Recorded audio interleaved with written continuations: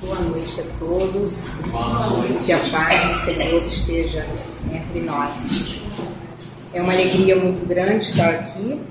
Eu levantei a mão dizendo que é a primeira vez, porque na verdade eu fui lá, né, como visita.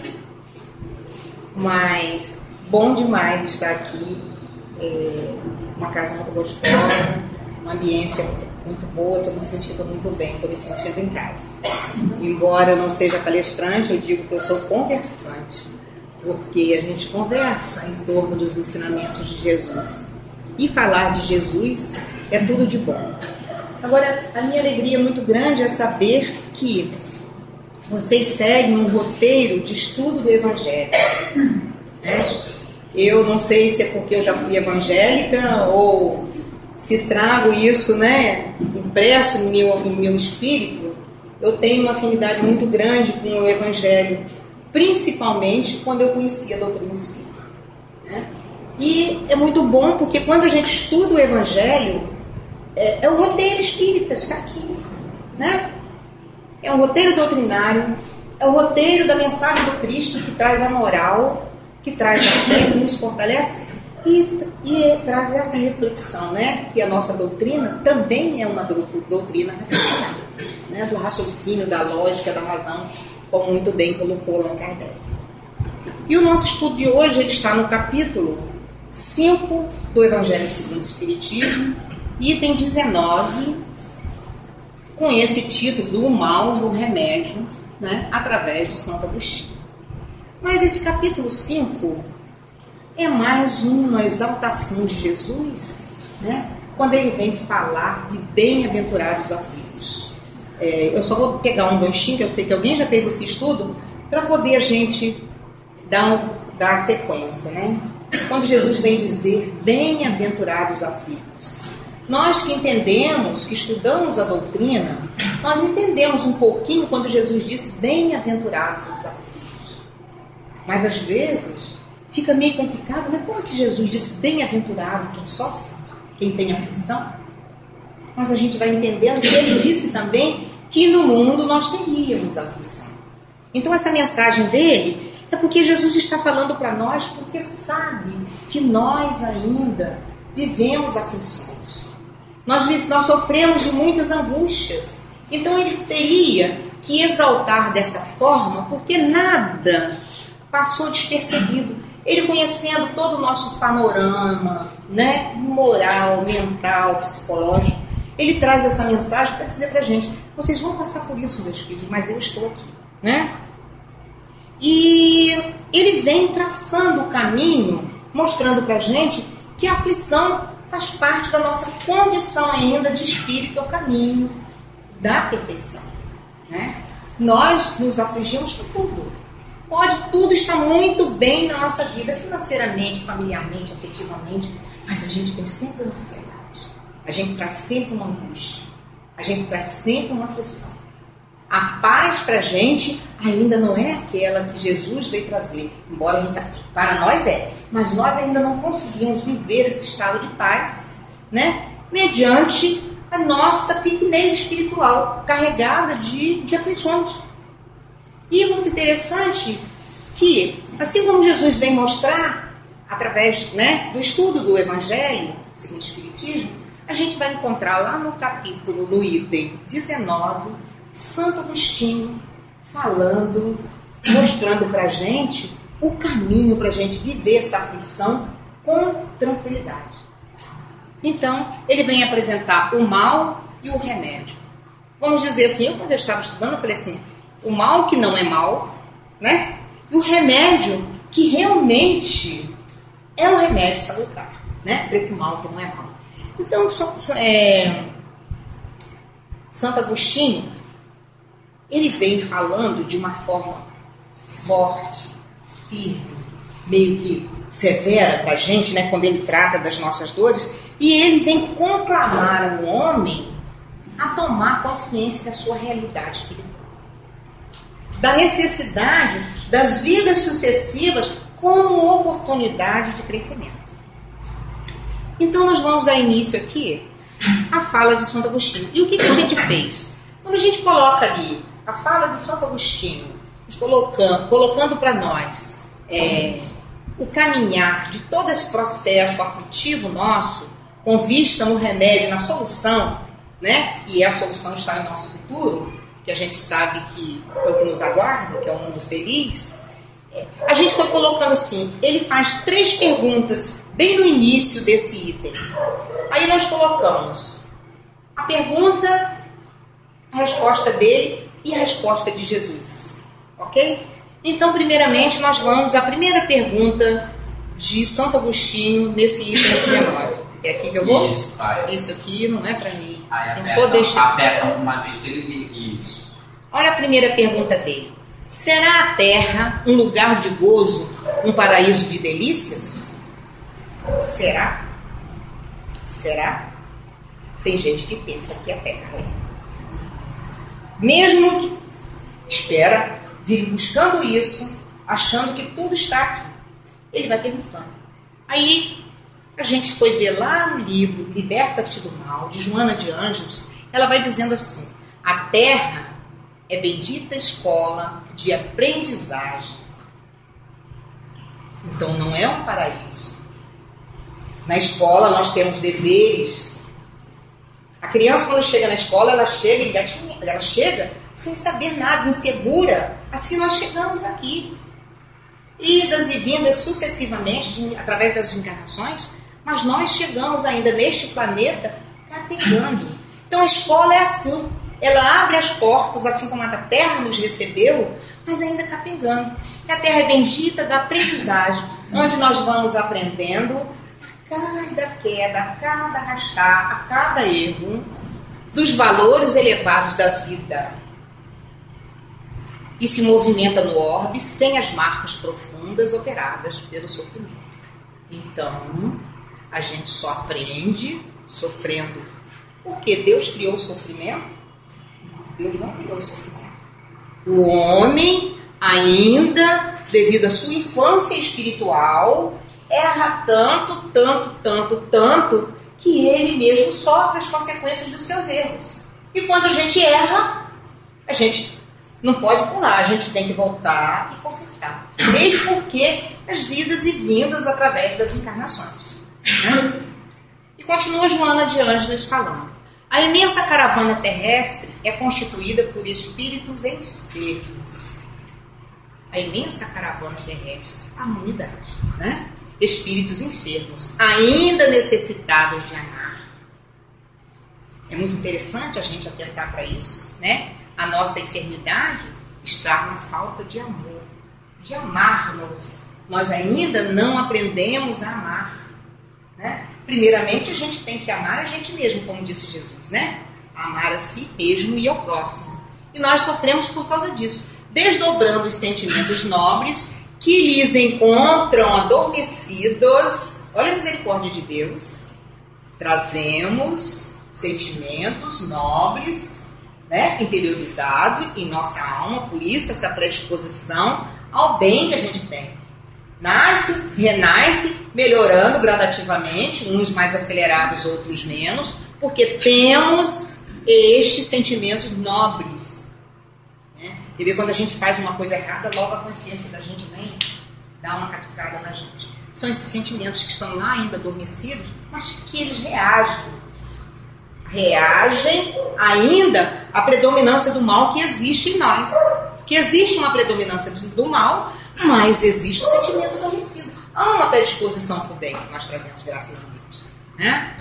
Experimentando os instrumentos lapidadores das aflições, a fim de libertar os recursos divinos ainda desconhecidos. Olha quanta bondade de Deus, olha quantas possibilidades nós temos na condição de espíritos ainda, né, sofredores, nessa escola que nos ajuda. Olha quantas possibilidades a fim de libertar os recursos divinos ainda desconhecidos. Nós às vezes alimentamos tanto aquele homem velho, aquela barbárie que existe em nós, nós alimentamos mais isso do que os recursos divinos. Estamos aprendendo. Não é crítica, não. Estamos aprendendo. Por isso ainda estamos neste mundo. Por isso que ainda sofremos essas aflições, né? Desse modo, examina com outra ótica as tuas aflições. Olha o que Joana nos conclama. E por mais difícil que te apresentem, agradeça a Deus, seres tu que ora sofre. Temos que entender, né, que a dor faz parte da vida, que sofrer faz parte do nosso progresso, que só cabe a nós trabalhar todos esses recursos, buscar todas essas possibilidades para crescer. Mas, primeiramente, para entender o sofrimento. Porque José Raul, ele fala da expiação, ele diz que a expiação é o conserto que tem, é o desconcerto que tem que ser consertado. E que a gente pode expiar. Expiação é dívida pagada, a palavra de José Raul. Mas só se paga a dívida se você aceitar a dor, fazendo esse exercício, compreendendo, com resignação, não só com resignação, mas com a compreensão de que é a bondade de Deus atuando em nós para que possamos crescer. Eu acho assim de uma beleza muito grande, né? Às vezes a gente, assim, sem crítica a religião nenhuma, que todas são boas, né? Mas a gente vê, assim, em muitas religiões as pessoas dizendo assim: eu não aceito a dor. Eu não aceito a miséria. Eu não aceito isso. Eu não aceito. A gente tem que aceitar. Não é aceitar para ficar no canto resmungando, revoltado, mas compreendendo que faz parte deste nosso processo. A vida não dá saltos. Se viemos aqui para este planeta nessas condições, é porque é aqui a nossa escola, é aqui que temos que vencer a nós mesmos. Através de quê? Através do exercício, né? E às vezes as pessoas ficam crendo muito no mundo, né? No reino, né? No mundo de facilidades, no mundo de valores, né? E todos os materiais, esperando que o reino se estabeleça aqui na Terra, né? Embora entendendo que no céu, mas se você não fizer, se não fizermos agora, enquanto estamos aqui, nós vamos ter que voltar para compreender, dilatar o nosso entendimento e saber que tem que ser, o exercício tem que ser feito, né? E quando a gente pensa assim, nós vamos colocar aí uma fala de Jesus para a gente entender melhor. Tem que vir aqui, né? Aí a pessoa pensa que o paraíso não existe, né? E a gente vai ver a máxima, uma das máximas de Jesus, dizendo ali, ó: eu não vim trazer a paz, mas a espada. Ficamos a perguntar: que paz é essa que Jesus está dizendo aí que não veio trazer? Se Jesus é paz, né? Será que Jesus veio trazer a guerra e veio trazer a espada para lutar nessa guerra? Que paz é essa que Jesus nos apresenta? Jesus vem trazer a paz, está lá em Mateus capítulo 10, versículo 34. Eu não vim trazer a paz. Toda a mensagem de Jesus é de porte espiritual, né? Ele tinha preocupação com as nossas coisinhas pequenas. Não, ele tinha preocupação com a nossa ascensão espiritual. Então diz: eu não vim trazer a acomodação, eu não vim trazer a estagnação, e sim a espada representa a luta. É a luta diária, o exercício. E às vezes as pessoas pensam que estar em paz é estar quieto no canto. A gente mesmo está dizendo: eu quero ficar em paz e me deixa em paz. Burrado no canto, é isso que é paz. Essa é a paz do mundo, não é de Jesus. Essa paz que Jesus vem apresentar para nós é a paz do exercício, do movimento, da nossa libertação. Queremos ser felizes. É legal, desculpa a introdução, mas queremos ser felizes. Precisamos da paz que Jesus vem nos oferecer, né? Essa paz do exercício, essa paz do movimento, essa paz que é um movimento constante, né? do amor em nós mesmos, do amor por nós mesmos. Então a paz é isso. A gente até vê às vezes dizeres assim pequenos, a pessoa dizia assim: eu quero paz, eu quero sossego, eu quero que o mundo acabe no barranco para eu morrer encostado. Eu já cansei de ouvir isso, né? Que isso? Então eu não quero paz, eu quero a inércia, eu quero uma vida estagnada. Tudo minha natureza está em movimento, desde os átomos, dos cosmos aos microcosmos, né? A natureza do Pai é essa é a nossa natureza, nós somos a sua semelhança, e nós estamos em movimento, em processo de quê? Processo de crescimento, progresso. Todo progresso requer um grande movimento, nada se modifica se ficar estagnado. Então, quando Jesus nos propõe a paz, ele vem dizer: trabalha, meu filho, trabalha, luta por você mesmo, que você supera, você se supera, porque Deus te espera, né? Deus nunca nos abandona, mas Ele nos espera melhores. Assim como nós, pais, fazemos com os nossos filhos, a gente está ali na educação, orientando, junto, esperando e vibrando com cada conquista do filho, né? Quando ele consegue, né, ser uma pessoa de bem. É quando ele consegue conquistas que o mundo passageiro não. Essa muitas vezes nos felicita, porque a gente está aqui e ainda precisa de algumas coisas. Mas a conquista maior, né, que nós, pais, filhos, né, até os filhos mesmo, fica torcendo com melhora dos pais, conquista, né? Meu pai, minha mãe, meu pai era assim, melhorou. E isso que Deus quer de nós, Ele espera. E Ele fica feliz quando a gente, né, começa a trabalhar em nós essa importância de melhoria, e a gente começa na superação de nós mesmos. Então, a proposta do Cristo é o movimento na superação de nossas imperfeições. É isso que Jesus espera de nós. E vamos para o segundo item de Santo Agostinho. Segunda pergunta, né? E lá, continua ele no item 19 do capítulo 5. Ele diz: já não ressoa mais aos vossos ouvidos a voz do profeta? Olha só. Já não ressoa? Será que esquecemos o que Jesus disse? Aí a gente encaixou muito bem essa fala de Jesus: no mundo tereis aflições, mas tem bom ânimo, eu venci o mundo. Já não ressoa mais aos vossos ouvidos a voz dele? Você vai sofrer, mas coragem, eu venci, você pode vencer. Olha Jesus se colocando no mesmo patamar de possibilidades, mostrando para a gente que se ele foi, nós podemos ser também. Por isso a gente não pode colocar Jesus muito acima, muito além. Jesus está aqui, né? Claro que o Espírito de luz, né, iluminado, mas tem esse entendimento de irmão amoroso. Eu no mundo tereis aflição, ele afirmou. Como a dizer, você precisa disso, reafirmando, você precisa disso, mas coragem, tá? Porque eu venci o mundo. E o que ele quis dizer que ele venceu o mundo, né? Ele já era um vencedor, porque o Espírito, né, puro como ele, mas para dizer para a gente: vocês podem vencer a vocês mesmos. Nós temos que vencer a nós mesmos. Porque não adianta a gente ficar preocupado com o outro, a melhoria do outro, a gente critica o outro. Fulano está assim ainda, fulano está tanto tempo na doutrina do Espírito, fulano está tanto... E não melhora, mas e eu?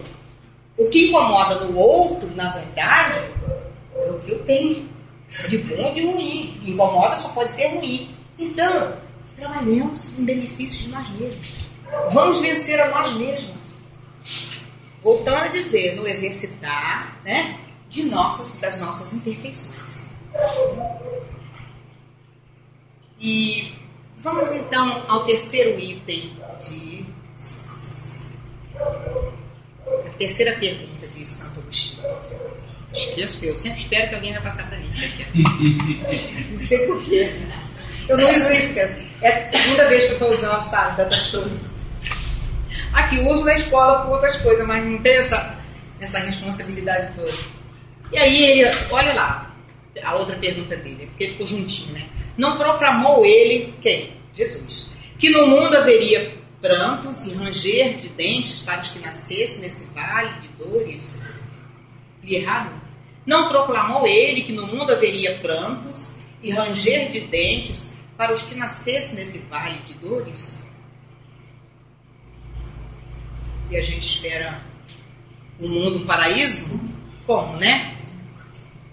Aí Santo Agostinho vem dizendo: esperai, pois, todos vós que aí viveis, causticantes lágrimas e amargo sofrer, e por mais agudas e profundas sejam as vossas dores, volvei o olhar para o céu e bendizei o Senhor, por ter querido experimentar-vos. Olha a confiança que o Pai depositou em nós, acreditando em nós, volvei os olhos para os céus e bendizei o Senhor por ter querido experimentá-los. Deus assim quis para que nós avançássemos. Sem dor, impossível. Né? Não estou fazendo, a doutrina não faz, Jesus não fez nenhuma apologia da dor. Né? É a necessidade nossa, porque muitas vezes, enquanto está tudo muito bem, a gente pouco se lembra de Deus, a gente pouco se lembra de agradecer, a gente vê, ai que bom, meu Deus, obrigada, acabou aí. A gente não para, não estabelece com Ele aquela nossa ligação com Ele de sentimento, de alma.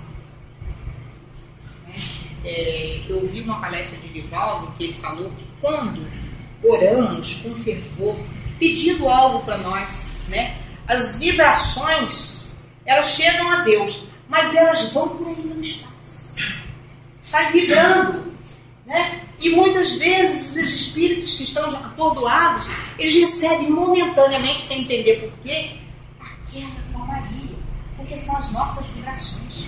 Quanto mais oração, mais paz. Então, a gente não precisa viver de noite orando, mas a gente precisa, quando a gente orar, estabelecer com Deus essa conexão de sentimento, né? Porque o que Deus vê é isso, o que Deus sente é isso, né? Entende é isso. Quer dizer, toda conexão, né, é feita através de sentimentos. Então, aí continua dizendo: ó homens, dar-se-á não reconheçais o poder do vosso Senhor, senão quando ele vos haja curado as chagas do corpo e coroado de beatitude e ventura os vossos dias. Nós somos assim, né? A gente precisa aumentar a fé, acreditar que Deus existe se houver um milagre. A gente vê muitas igrejas falando em milagre e agregando pessoas. Bom, não estou falando que é ruim, mas sem passar por essa peneira de que somos nós os construtores da nossa felicidade ou da nossa besteira. Que somos nós que criamos essa situação de sofrência e que podemos nos libertar. Está em nossas mãos, em nossa vontade isso. É difícil, né, a gente entender, né, que a gente sofre, que depende da gente. A gente se sente tão pequeno, né? E às vezes a gente culpa tanta coisa. A gente culpa Deus, a gente culpa a família, a gente culpa o emprego, a gente culpa a vida que é muito atribulada. Foi isso que desenvolveu uma pressão, uma úlcera. Não, fomos nós. Nós que não tivemos resignação para compreender a vontade de Deus, em querer que a gente cresça, né? E ninguém cresce senão vivenciando as suas próprias limitações, né? Todo crescimento pede, né, exercitar dessas dificuldades. Aí ele vai dizer: dar-se-á não reconheçais o poder do vosso Senhor, senão quando ele vos haja curado as chagas do corpo e coroado de beatitude e ventura os vossos dias. Dar-se-á não reconheçais, olha só, o seu amor, senão quando vos tenha adornado o corpo de todas as glórias e lhe haja restituído o brilho e a brancura. Olha Santo Agostinho, como é que ele dá uma sacudida, né? Até quando os vossos olhares se deterão nos horizontes que a morte lhe monta? Até quando a gente vai achar que morreu, acabou? Que a gente veio aqui nesse mundo a passeio? Que tudo já vai passar? Embora a gente acreditando que a vida é eterna, mas a gente espera glórias nesta vida, a gente espera as glórias deste mundo. Nós somos assim ainda. Até nós, com conhecimento espírita, nós somos assim. Muitas vezes a gente se pega esperando isso, né? Até quando os vossos olhares se deterão no horizonte que a morte limita? Quando, afinal, vossa alma se decidirá a lançar-se para além dos limites de um túmulo? Ficou apresentando aí para nós a vida futura, né? Apresentando a vida futura como mais uma misericórdia de Deus, bondade de Deus infinita, permitindo pacientemente que fiquemos nesse processo de idas e vindas, a fim de que possamos crescer. Né? Quando afinal a vossa alma se deverá a lançar para além dos limites do mundo. A gente, quando a gente pensa que daqui a pouco a gente vai morrer, a gente dá uma sacudida, a gente acha que a gente vai morrer mesmo. Embora a gente acredite na reencarnação, na sobrevivência, não, a gente sabe. Não, continua. Mas a gente, claro que a gente precisa desse instinto de sobrevivência, essa valorização da vida é fundamental. Mas a vida é muito mais que isso aqui. Semana passada, eu estava em Araruama, naquele posto ali do viaduto, de tarde. Estava ali abastecendo. Aí só que meu filho mora um pouquinho depois. De repente, veio um rapaz de moto e um carro veio de lá, do lado de Bacaxá, para entrar no posto. Pegou a moto com o rapaz subiu, bateu no lado, a moto para outro, na estrada, rodou toda quebrada, o rapaz caiu lá esticado na coisa. Quando eu olhei, eu estava dentro do carro, quando eu olhei, olha, meu filho mora ali perto, tem moto vermelha, a moto era vermelha. Como ele trabalha na farmácia, o uniforme azul estava no horário de trabalho. O rapaz estava com uma camisa azul do mesmo tom. Camisa de tecido, de uniforme mesmo. Eu simplesmente deixei o cara na bomba, deixei o cartão na mão dele, atravessei a estrada. Aí quando eu cheguei lá, que eu olhei, não é meu filho. Olha só, não é meu filho. Mas aí eu olhei e tal, aí já chegou gente logo, né? Ele não tinha se machucado muito, né? Ele estava de capacete, não machucou a cabeça, machucou a perna, mas todo mundo viu que eu fiquei deitado, aí tinha uma senhora, mais um senhor e tal. Não, a gente só está fazendo sombra aqui nele, porque ele fica deitado, tem que ficar mais fofinho. Eu falei, deixa eu vai, não posso sentir isso. Aí eu voltei. Quando eu vou entrando no carro, me bateu aquela vergonha. Aí eu suspirei de novo, a consciência da gente é fogo. Eu falei, meu Deus. Suspirei aliviada porque não é o meu, né? Porque não é o meu. Mas provavelmente a mãe dele vai estar chorando. E não é minha irmã. Mas eu senti uma vergonha. Eu sei que é instintivo da gente, porque a gente tem esse instinto de proteger os filhos, de amar mais, porque a gente sabe que são os afins que estão. Mas não é meu irmão em Deus? Aí aquilo me mexeu com a minha consciência. Eu falei assim, meu Deus, isso eu entendo o que eu senti. Mas eu me envergonhei disso. Vou ficar ligada nisso. Né? Porque não é o meu filho, graças a Deus, mas ela é meu irmão. Né? Então, a gente vai entendendo que somos assim, né? Somos irmãos em humanidade e precisamos estar entendendo a vida desta forma, né? Embora a gente saiba que aqueles que estão em nosso contexto familiar são espíritos afins, comprometidos, temos que valorizar isso, temos que atendê-los primeiramente, porque se estão ali ao nosso redor, principalmente se estiverem necessitando de nós, é compromisso do momento com aquele grupo, né? Mas não esquecer que o outro é meu irmão. Que a dor que meu filho sente, o meu irmão também sente. Né?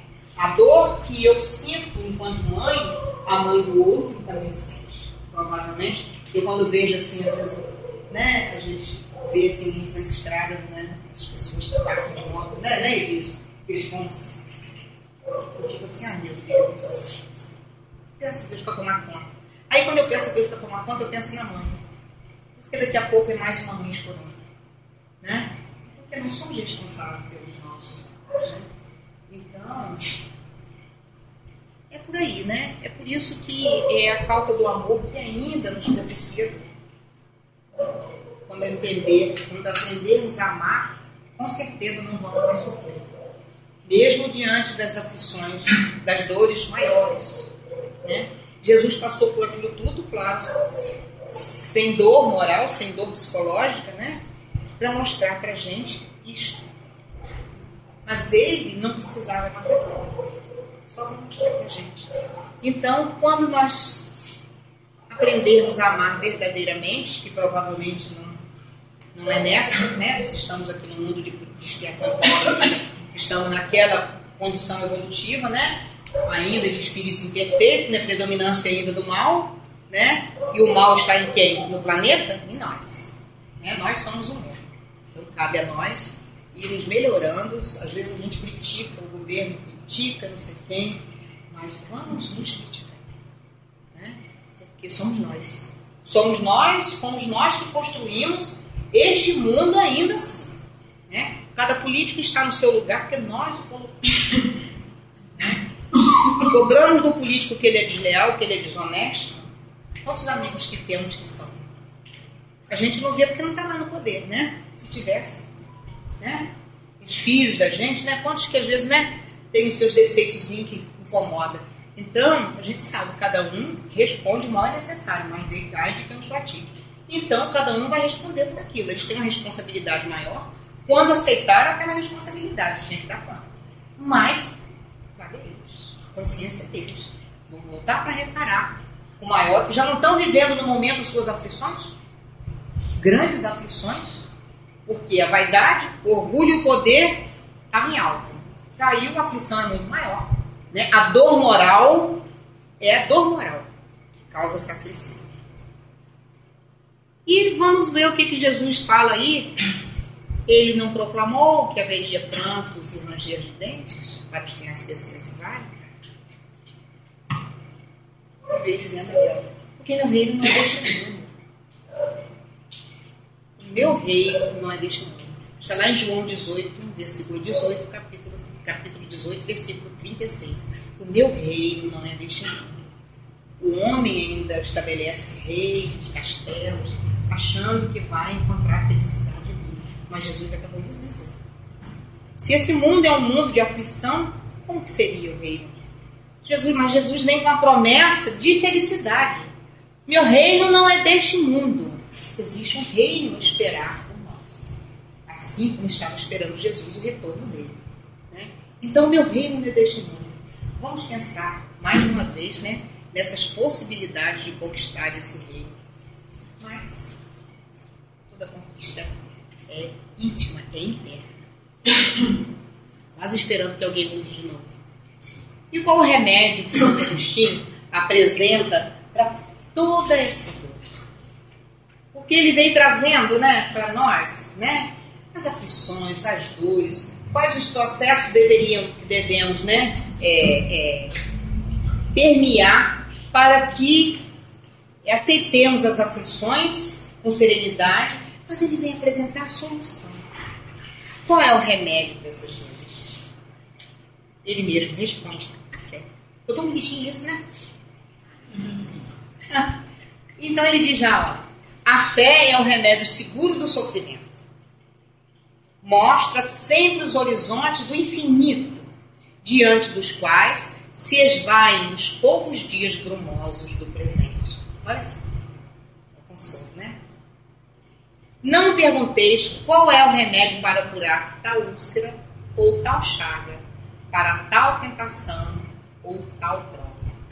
Lembrai-vos que aquele que crê é forte pelo remédio da fé. Aqui no item 19.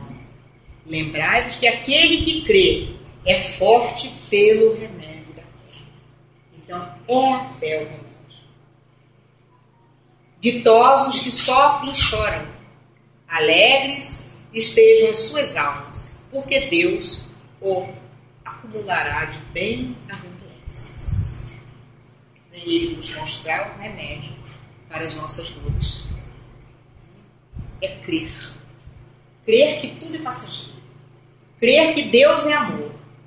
Crer que é o nosso Pai de misericórdia, que nos espera um dia para vivermos ao seu lado, para sermos os seus ministros, seus trabalhadores no bem. Então, a força vem da fé, vem da coragem, vem da fé em Deus, da crença nele, acreditando que ele tudo pode, que ele tudo sabe, que ele tudo vê e que só ele é amor.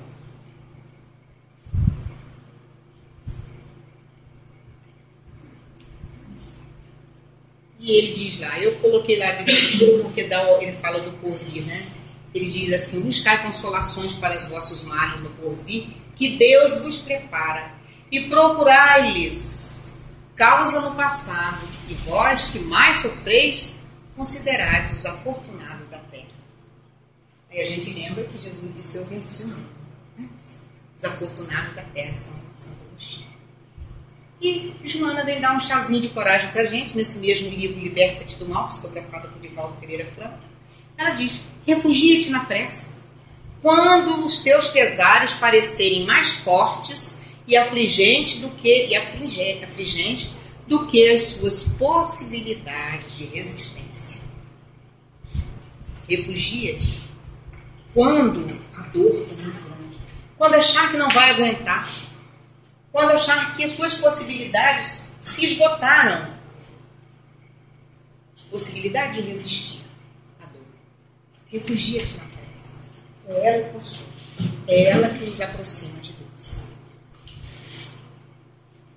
E a gente fecha ali com Santo Agostinho dizendo, ele conclama a verdade e a realidade do Espírito através da reencarnação na Terra. É o chamado de Santo Agostinho a nós. Né? Ele relembra que as imperfeições nos impulsionam a viver e que os obstáculos são remédio para os males. Lembrando ainda, ele estimula a aceitação das nossas imperfeições, que é viver na terra. Olha o amoroso Santo Agostinho. Aí ele já vai sendo paizinho, né? E ele mostra-nos a ver Deus no seu infinito amor dos momentos de riso e de choro. E a gente fica muito, muito consternados. Aí, quando eu vi, eu fiquei analisando essa chamada assim, do Santo Agostinho, eu fiquei pensando assim, nossa, parece um paizinho, né? No início ele vai dizer, olha, vai ter que ser assim, assim, assim, assim, assim, assim, mas, olha, meu filho, você vai precisar disso, disso, disso, disso, disso. Ele conclama, ele relembra, ele estimula, ele acaba nos mostrando. E fechando realmente, né? Mostrando que só fé é o remédio para que possamos, né? Possa nos sustentar nesse caminho que nós atravessamos das aflições, né? Passando pelo mal, e por aí a gente vai até a gente chegar assim sempre. E para finalizar, esse bem-aventurados, eu dei um carinho muito grande por coisa pessoal, mas eu sei que ele é um espírito muito simpático a todos, que é Bezerra de Menezes, né? É um paizinho, né? Ele está sempre com aquele sentimento paternal, com aquele gesto de brandura, né? Sempre nos chamando de filhinhos em quase todas as suas mensagens. Então eu escolhi desse livro Compromissos de Amor, também psicografado por Divaldo Franco, né? O título é Súplica de Amor, através de Bezerra de Menezes, e que é uma prece. E eu gostaria de finalizar, então, fazendo essa prece de Bezerra de Menezes. Né? Então, ele, na comunhão dele com Deus, né, sentindo Deus em si e trazendo Deus para o seu coração, porque ele também tem esse gesto de humildade. Então, a prece é assim, Senhor, Tu que nos convidaste para o banquete da Boa Nova, embora não dispuséssemos da túnica nupcial, aceitamos o Teu convite e aqui estamos. Tu que foste nos buscar, perdido nos abismos, quando nos afastamos do Teu rebanho e retornamos. Tu, sublime amigo dos desamparados, que nunca te cansaste de chamar-nos ao teu seio de misericórdia, hoje abre os braços para que descansemos no teu regaço. Jesus, temos sede de paz. Anelamos pelo encontro com a saúde integral, que somente encontramos no teu afável coração. Por isso, Senhor, permita ir do conúbio que desces até nós e que nos magnetizas com as suas energias santas, possamos representar-te em qualquer lugar, dizendo a todos que somos os seus discípulos fracamente fiéis, carregando o madeiro das próprias aflições. Tu que nos ama, ajuda-nos a aprender a amar, para que o teu reino se estabeleça em nós e se espalhe por toda a terra. Desejo de nós. Que Deus nos abençoe.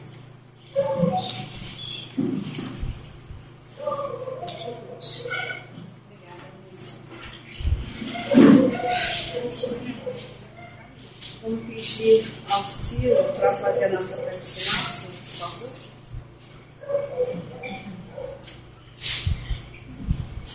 Uma vez, boa noite a todos. Aqui a gente não teve a oportunidade de se cumprimentar. Agradecer a Lúcia aí, o estudo que realmente tocou muito os nossos corações, né? E dizer da emoção, né, de vermos rostos tão queridos reunidos aqui nessa noite. Tantos amigos, jovens, meia-idade, aqueles que já são jovens há mais tempo. É muito bom. Isso é muito bom, isso é muito prazeroso a gente ter esse contato com Jesus que Lúcia trouxe para a gente na noite. Lúcia, obrigado.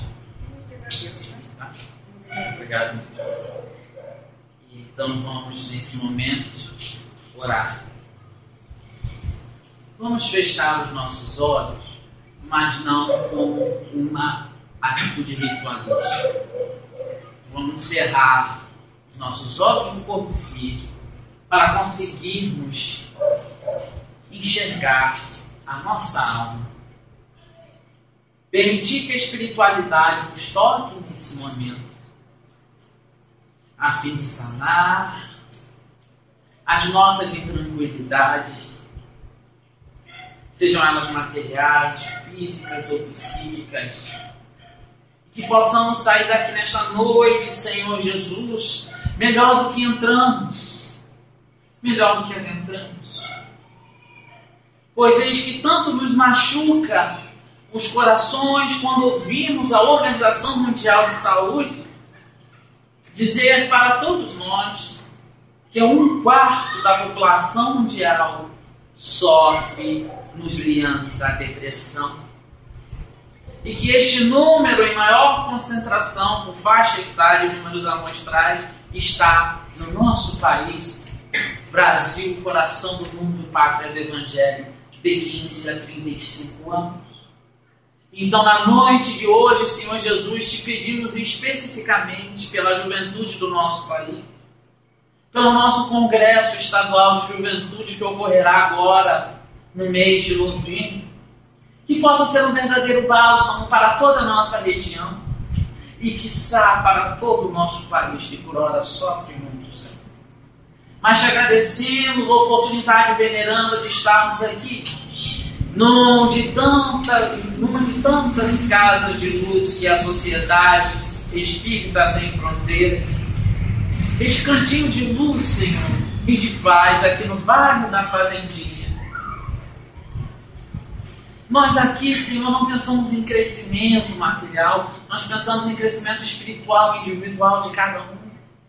Que possamos nós, cada um de nós, fazer e realizarmos a nossa parte. Aquilo que nos cabe. Tu não nos conclamou, Senhor Jesus, para que largássemos de nossa cruz, mas para que nós a pegássemos e junto contigo fôssemos, Senhor.